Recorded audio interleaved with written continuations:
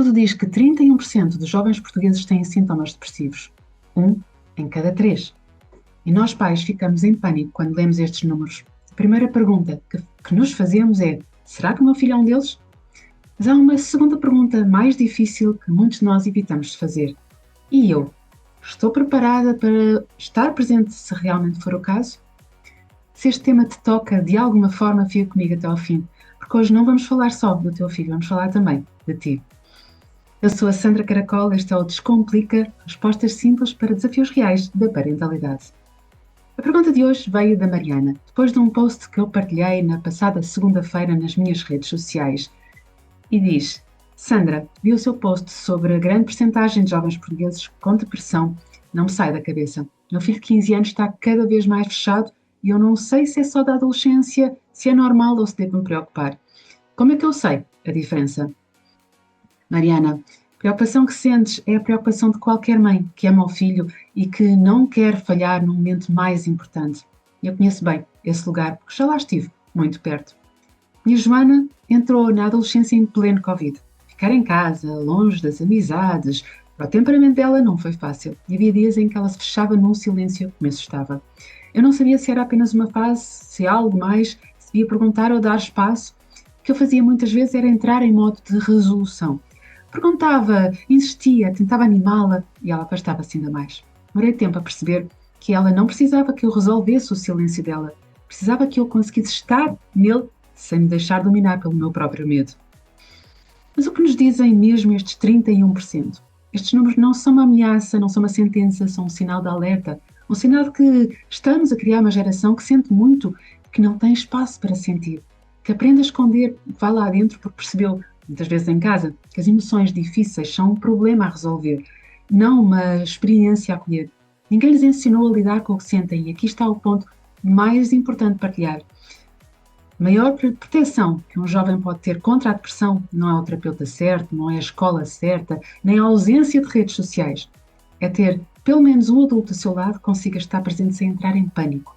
E estar presente sem entrar em pânico é muito mais difícil do que parece, porque exige que nós, primeiro, tenhamos feito as pazes com as nossas próprias emoções difíceis. Nos impede de realmente estar presente. Quando o nosso filho mostra sinais de sofrimento, o nosso sistema nervoso dispara. E fazemos uma de 3 coisas. Minimizamos, é só uma fase, vai passar. Dizemos isto nem sempre porque acreditamos, mas porque o sofrimento dos nossos filhos ativa o nosso próprio desconforto. E minimizar é uma forma mais rápida de o aliviar. Resolvemos, entramos em modo de ação. Marcamos consultas, tiramos o telemóvel, fazemos coisas porque fazer algo nos dá a sensação de controle. Os nossos filhos não precisam que nós resolvamos as coisas, precisam que nós fiquemos com eles. Ou 3, dramatizamos. O pânico toma conta, a ansiedade passa a ser mais um peso que ele carrega. Os nossos filhos sentem o nosso estado emocional antes de ouvirem as nossas palavras. Nenhuma destas respostas é maldade. São mecanismos de proteção inconscientes que se ativam quando sentimos que não temos controle sobre algo que nos importa profundamente. Mas o que podemos fazer então? 1. Regula-te antes de chegares a ele. Antes de ires bater à porta do quarto, faz uma pausa, percebe o que é que estás a sentir, se estás ansiosa, assustada, preocupada. O teu filho vai sentir isso antes de dizeres qualquer palavra e vai fechar-se mais ainda. A tua regulação emocional não é um luxo, é uma condição para que a conversa seja possível. 2. Troca as perguntas por presença. Como foi o teu dia? Estás bem? O que se passa? São perguntas que exigem uma resposta e o adolescente fechado não vai dar. Em vez disso, experimenta estar presente sem exigir nada. Não é sentar ao lado dele a ver se ele fala, estar na mesma divisão, fazer a tua vida sem intenção. Um pequeno, rápido toque no ombro, por exemplo, transmite intenção, um carinho sem forçar. Deixa que a tua presença volte a ser normal. Com o adolescente que já se afastou, confiança não se reconquista num momento para o outro, numa tarde. Reconquista-se em semanas de presença sem pressão. 3. Normaliza as emoções difíceis em voz alta. Uma das coisas que mais poderosas que podes fazer é deixar de esconder as tuas próprias emoções difíceis. Quando dizes em voz alta, hoje estou com um peso no peito e ainda não percebi o que é que se passa, estás a dar ao teu filho a licença para sentir o mesmo. Os nossos filhos não aprendem a lidar com as emoções quando lhes explicamos como se faz. Aprendem quando nos veem fazê-lo. 4. Sabe quando pedir ajuda e fala sem culpa. Há sinais que merecem atenção profissional, um isolamento prolongado, perda de interesse por algo que ela antes adorava, alterações no sono, na alimentação, comentários sobre não querer estar aqui. Se reconheces estes sinais, não os esperes. Pedir ajuda não é falhar como mãe, é ser exatamente o adulto responsável que o teu filho precisa. Mariana, a diferença entre adolescência normal e algo que precisa de atenção nem sempre é óbvia.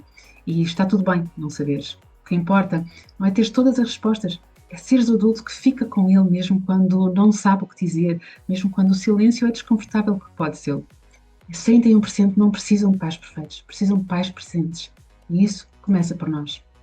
Agora que já sabes o que está a impedir de chegar ao teu filho de verdade, há uma pergunta que fica. O que é que ele está a tentar comunicar através do silêncio e do afastamento? Porque por trás de cada estou bem dito sem convicção, há uma necessidade que ele ainda não sabe nomear. É exatamente isso que vais descobrir no meu vídeo gratuito, o que o teu filho diz quando não usa palavras. Encontras o link na descrição. Se este episódio te tocou, diz-me nos comentários qual das 3 respostas te identificas mais: minimizar, resolver ou dramatizar. Cada resposta tua ajuda-me a perceber como se sentem as mães que me acompanham a fazer chegar o conteúdo certo a quem mais precisa.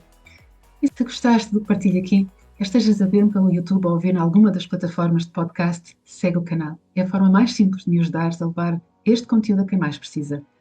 E, claro, partilha este episódio com alguma mãe que conheças que também anda de coração apertado. Às vezes, estes poucos minutos são exatamente o que ela precisa para conseguir respirar fundo. Eu sou a Sandra Caracol e espero por ti na próxima sexta-feira para mais um Descomplica, porque tudo fica mais leve quando percebemos que estar presente é a coisa mais poderosa que podemos fazer pelos nossos filhos.